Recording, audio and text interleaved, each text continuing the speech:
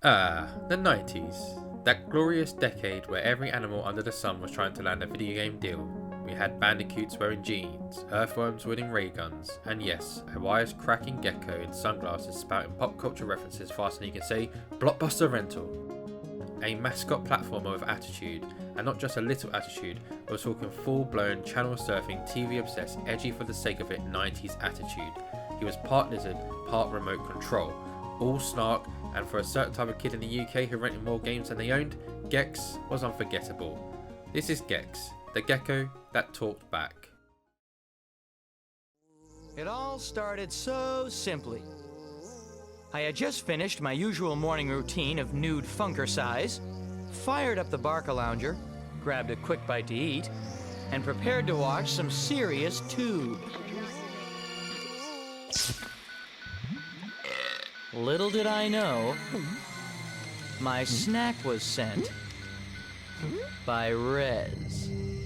Before Gex ever wore a tuxedo or made James Bond jokes, he began his journey in a surprisingly tough 2D platformer. Released in 1995, the original Gex was developed by Crystal Dynamics and originally launched on the 3DO before making its way to the PS1, Sega Saturn and PC. The game followed a pretty straightforward setup. Gex is sucked into his TV by the evil media mogul Rez and must travel through a series of warped TV themed worlds to escape. Standard stuff, right? But what made Gex stand out was his attitude. Voiced by comedian Dana Gold, Gex was a machine gun of pop culture references and sarcastic quips. In a post-Wayne Worlds era, that sort of thing felt spot on. Now listen to me, grasshopper.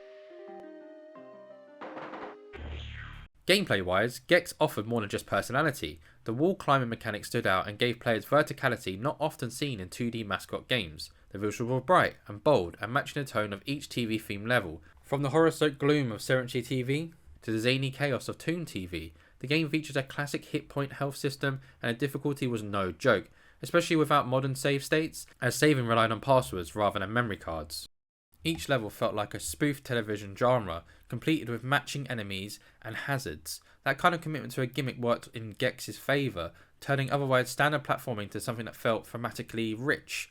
Critics at the time praised its level design, sharp animations and witty writing. It laid a strong foundation for what would come next.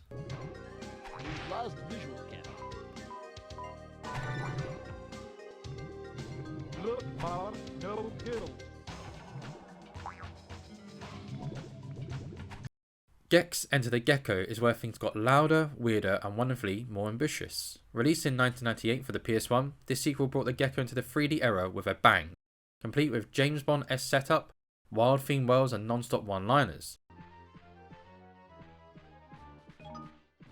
Stop that pigeon!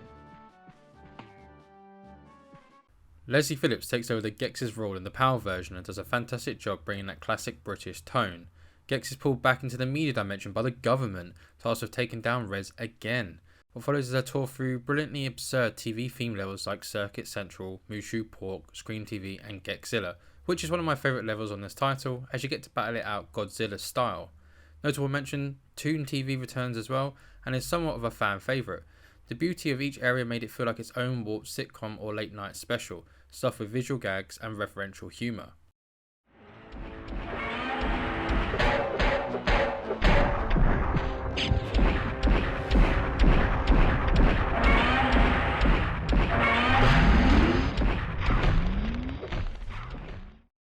Gameplay leaned into open world objectives, requiring players to hunt down multiple remotes in each level, often by re-entering stages for new objectives.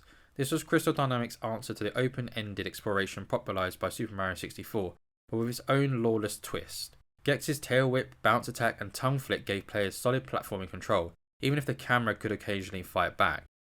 Compared to its N64 counterpart, the PS1 version is widely seen as the definitive experience. More cutscenes, more quips and better sound design. The mix of humour and level variety made the entire experience feel like flipping through a chaotic late night cable lineup. My takeaways from enjoying this title are mainly the level design. The levels are way more bigger, way more enjoyable than the previous iteration.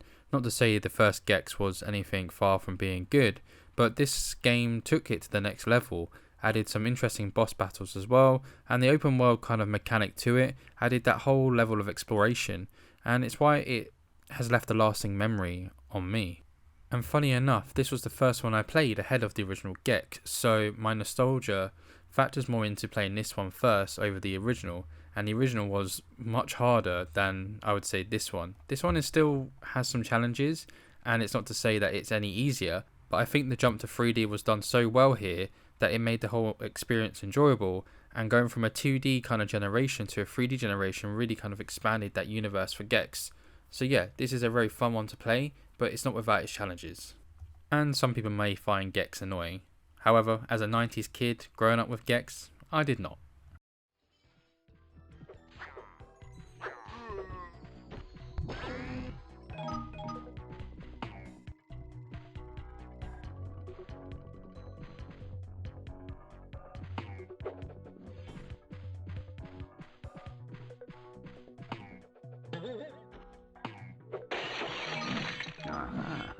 Yo, 5-finger discount. Eat this. By the time Gex 3 Deep Cover Gecko launched in 1999, the series had doubled down on what made it special. It opened with live-action FMV sequences starring Baywatch's Marlise Andrea as Agent Extra, who calls on Gex once again to enter the media dimension. It's gloriously over the top, and somehow it works. Gex! Agent Extra? You poor kidnapped minx. Hey, Tiger. Guess where I am? Trapped in the media dimension. Rez is back, and he's kidnapped me to get to you. He's attacking your secret island cave. Hey, speaking of secrets, you want to see my... Gex, quit clowning around and get me out of here. This place is giving me the creeps. Just dial me in. If you're calling from a touch-tone phone, please press 1 now. Gex, listen up. The hub world was now a full spy base, complete with mission briefings, secret areas and unlockable stages. The levels ranging from holiday specials to horror parodies were not only bigger but more interactive.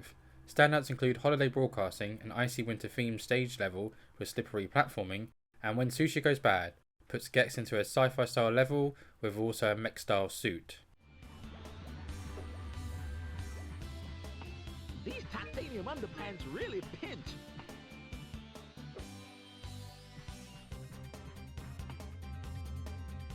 I'm a futuristic motorbike courier. Gex's expanded moveset and vehicles brought a welcome variety. Snowboarding down ramps, swimming through flooded stages and even riding animals. Gadget like spy gear and disguises allow for new mechanics and minigames, including a snowboard bonus stage. The FMVs were quirky, the soundtrack was catchy, and the voice acting hit a refined balance of sarcasm and charm. While it didn't reinvent the genre, Gex 3 perfected the formula with more polished, smoother controls and improved level flow. Critics praised its variety of humour and consistent identity, even if the platformer scene was becoming overcrowded. IGN described it as a polished, satisfying platformer that stood tall among its peers on the PS1, and it's easy to see why. This is gonna cost Knacker a fortune.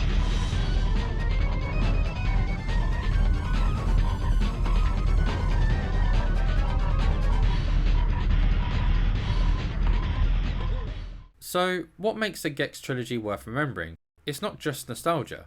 These games capture something unique, a blend of television satire, cheeky humour, and platforming fun. Gex, with his edgy pop culture heavy attitude, was a product of the 90s to his very core. He wasn't just trying to be cool, he was cool, at least to us kids, raised on a diet of cable TV, cartoons and MTV.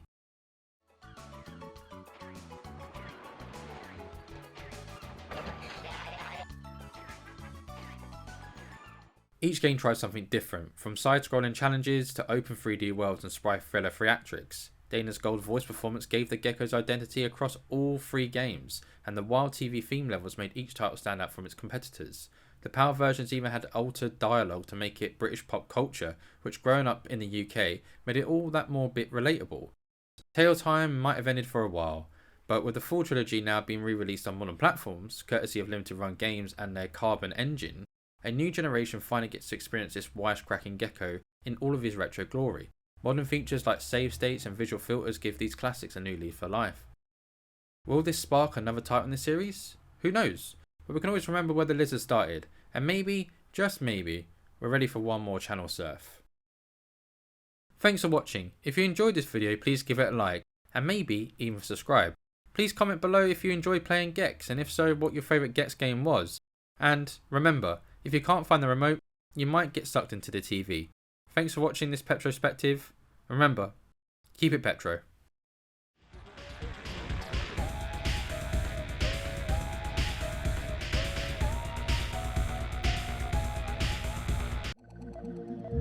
it is me, your father. Yes, right. How can you be my father? It's true. I didn't always look like this. I fell into a scrap heap while trying to get free cable. And your point is?